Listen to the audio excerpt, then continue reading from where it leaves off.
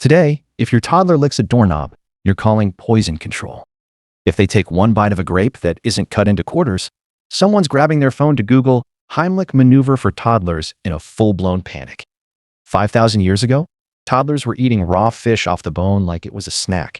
No blenders, no baby food jars, no pediatrician on speed dial.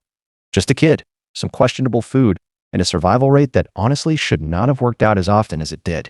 Let's talk about what ancient babies actually ate and why somehow most of them lived to tell the tale. Modern parenting books say wait until 6 months for solid food, and even then, mash it into a paste so smooth a dentist could sign off on it. Some parents even own a dedicated baby food blender, a single-purpose machine for mush. Ancient parents did not have that luxury. Ancient parents said, "Here's a fish, figure it out."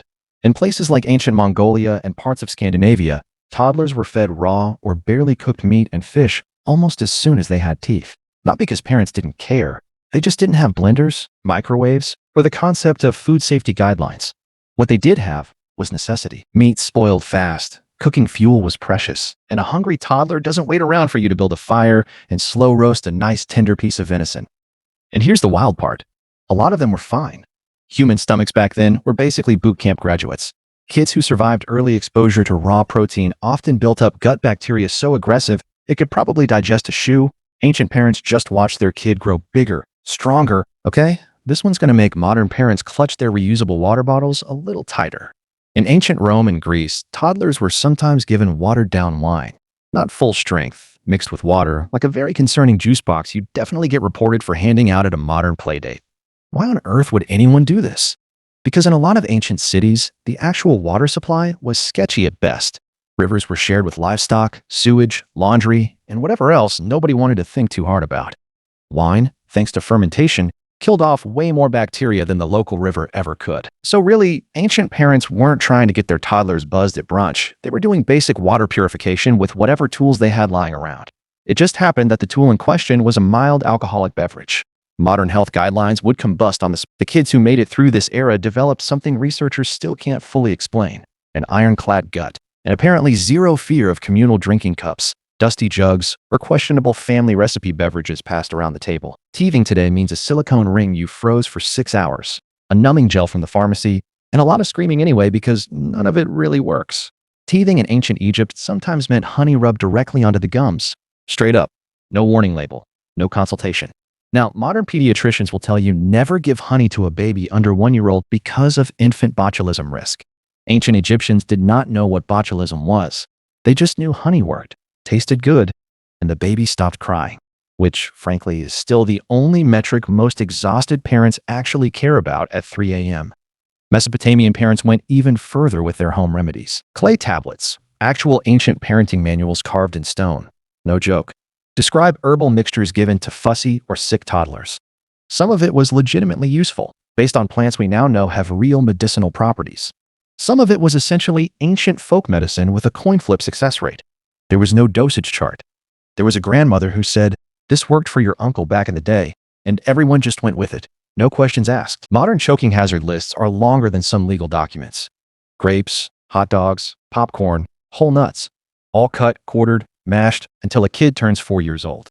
Ancient toddlers were out here eating whole nut and unidentified chunks of roasted animal like it was a competitive sport with cash prizes on the line. Kids ate what the rest of the family ate, scaled down slightly in portion, and if something went wrong, there wasn't exactly a pediatric emergency room conveniently located down the street. So, in a very blunt and unforgiving way, natural selection ended up doing a lot of the quality control that modern safety regulations do today. Harsh?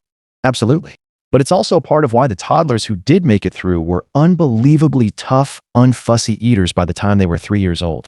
Modern parents negotiate for 20 straight minutes just to get a kid to eat one single piece of broccoli. Ancient toddlers were out here chewing through gristle, bone, and crust without a single complaint. Let's talk about food storage, or rather the complete and total absence of it. No fridges, no freezers, no little Best Buy stickers. Meat, dairy, and grains sat out in open-air conditions that would make a modern health inspector faint dramatically on the spot. Milk soured fast. So a lot of ancient toddlers ended up drinking what was essentially early-stage yogurt, long before anyone had a word for probiotics. Turns out that fermentation process actually made the milk safer to drink, not less. Ancient toddlers were basically doing gut health trends before it was cool. Bread was a slightly different story. Ancient grain often got contaminated with mold, and toddlers ate it anyway, because that was just the bread that existed that week. Some historians think mild, repeated exposure to certain molds may have even helped build up resistance over time. Others think it just explains a suspicious number of very strange ancient mood swings recorded in old texts. Either way, the ancient toddler gut was basically running its own unregulated, unsupervised science experiment on a daily basis, and somehow, more often than you'd expect, it kept the lights on. Here's the twist ending nobody expects. Exposure to all of this stuff early on may have actually helped build stronger immune systems in the kids who survived it. Modern science backs this up, at least partially. The hygiene hypothesis suggests that early exposure to bacteria, dirt, and a wide variety of foods can help build a more resilient immune system over the long term. Ancient toddlers were essentially running an unintentional immune system boot camp from the moment they were born. Of course, survivorship bias is doing a lot of heavy lifting in this whole story. Plenty of ancient toddlers didn't make it to their next birthday. Infant mortality rates were brutal by any modern standard, and diet-related illness was a very real and very common cause of death. So, to be clear, this isn't a the good old days were secretly better video. It's more of a humans are wildly adaptable, and also our ancestors genuinely had zero other options available to them video. So, no, please do not raw feed your toddler a fish or hand them a cup of watered-down wine after watching this. Modern food safety standards exist precisely because we learned, sometimes the hard way, what actually works and what doesn't. But it's honestly wild to think that everything your toddler is carefully protected from today, bacteria, mold, raw meat, unpasteurized everything, was just an ordinary Tuesday lunch a few thousand years ago. Ancient toddlers weren't superhuman. They weren't secretly stronger by design. They were just born into a world with absolutely no safety net.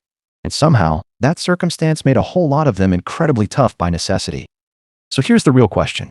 Which era do you think your toddler would actually survive? Drop your guess in the comments below.